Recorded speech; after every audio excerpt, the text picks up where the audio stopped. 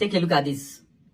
So what you're seeing here are vessels that try to go through the Strait of Hormuz, but are all turning around, turning back, as the RGC military came out with full force to enforce the closure of the Strait of Hormuz again, just a few hours after they opened it. Now, they have given reasons why they are closing it, and also they've also stated that as it stands now, with the way President Trump is behaving inconsistently, and the United States military has refused to remove the blockade against them, that they are going to be regulating and restricting how vessels will operate within the strait. And according to them, they also said, in fact, you're going to hear some of the cries from some of these captains begging for the IRGC, the military, to stop firing at them, that they had gotten clearance to go through the strait, but they did not allow them. Now, just listen to some of them, but you can see what's going on here. Vessels no longer have the ability to pass through the straits. Again, they are beginning to turn around because it has become militarized again. SEPA Navy, this is Motoring Salman Haidar. You gave me clearance to go. My name second on your list. You gave me clearance to go. You are fighting now. Let me turn back. You heard what that captain was saying. This is a very frustrating situation on the strait there.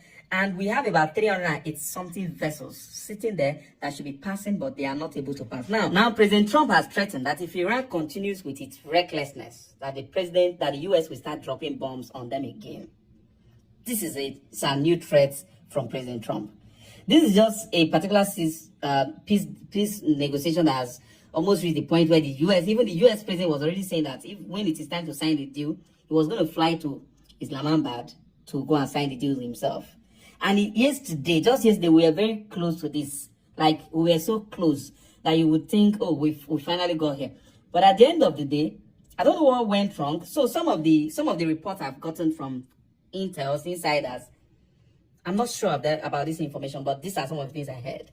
They said initially that President Trump had agreed to release the frozen $20 billion that belongs to Iran. That they were going to unfreeze them and return them in exchange for Iran to release their uranium dust and their enriched materials to the US. This was the agreement before Iran, and also the peace agreement between Israel and Lebanon. They finally agreed on the ceasefire. And then Iran said, okay, they were going to open the straits while the ceasefire lasts, that the strait will remain open until maybe the ceasefire is extended or an agreement is finally reached. So this whole negotiation was ongoing. The US president has also made a public announcement stating Iran has agreed to release the uranium and the enrichment, whatever. Now, later, that same yesterday, a report came out from the US, and they were saying that the US is not going to be releasing a dime of uranium. And this particular one is already in the news, on the mainstream news, that they were not going to release a dime of the Iranian frozen funds. I don't know if this was part of what triggered Iran.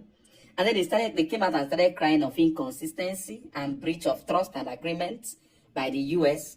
And so therefore, and again, the US also refusing to lift the blockade on their country. They now came out and said, as it stands now, they are closing the Strait of Hormuz. Now, again, the question has been, since Iran can just open their mouth and say the strait is open, and open their mouth and say again that the strait is closed, how exactly do they do this? Anyway, a lot of people have said it's the mines. But we all know that removing these mines are not that easy. US has actually destroyed some of the mine droppers. So how exactly do they just pronounce this and it becomes effective immediately? So some people have been saying that this is just a mind game because those vessels are actually afraid. And secondly, the military are stationed in this area, which just like that captain was crying there, nobody will want to take his vessel through where they can fire at it. These vessels are very expensive. But there is something again. The US president has come out and said, Iran opened their mouth and said they wanted to close the strait again. But that those are some of the blackmails they used to do on the US all this while, that can never happen again. So Trump is also hammering on the pressure that he wants to mount on them. Iran is saying that since President Trump said that if a peace agreement is not reached on Wednesday, the war will continue. That they should know that Iran is ready to continue defending themselves. Anyway, you're going to listen to the spokesperson to the foreign minister. So you hear what he said about President Trump and his inconsistency. And then you hear what President Trump also said about the Iranians and their blackmailing. Listen to all of it. trying to sabotage the path of the diplomatic efforts through this diplomatic circus that they are adopting. They thought that the force and the pressure and the escalation is part of the solution. No, these cannot be for the benefit of anyone. Diplomacy must prevail. One by one, please, one by one. President Trump said that if there is no agreement on Wednesday, there will be a return to the military action.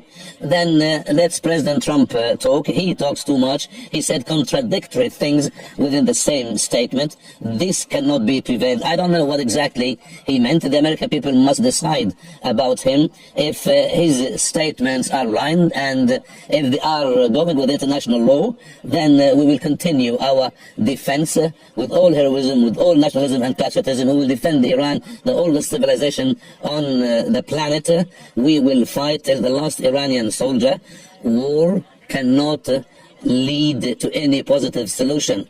The Americans must understand and must learn the lesson. The era of colonialism must come to an end. They cannot dictate the orders on the other nations. That enforced regime change, but we're talking to them. They wanted to close up the strait again, you know, as they've been doing for years, and they can't blackmail us.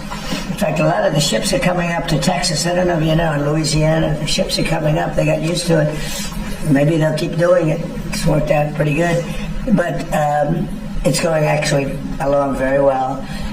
And we'll see. But we'll have some information by the end of the day. We're talking to them.